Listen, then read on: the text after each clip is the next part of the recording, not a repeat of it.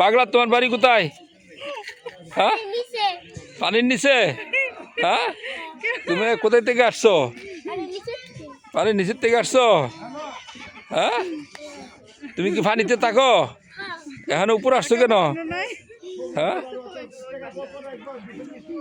পাগলা, এ পাগলা, এ পাগলা,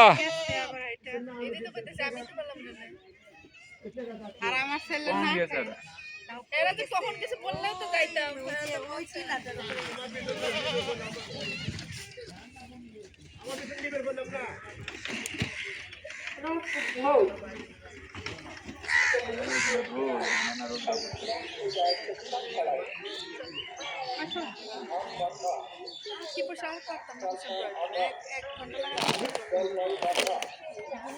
বাবা আসো। আব্রাম, এ পাগলা।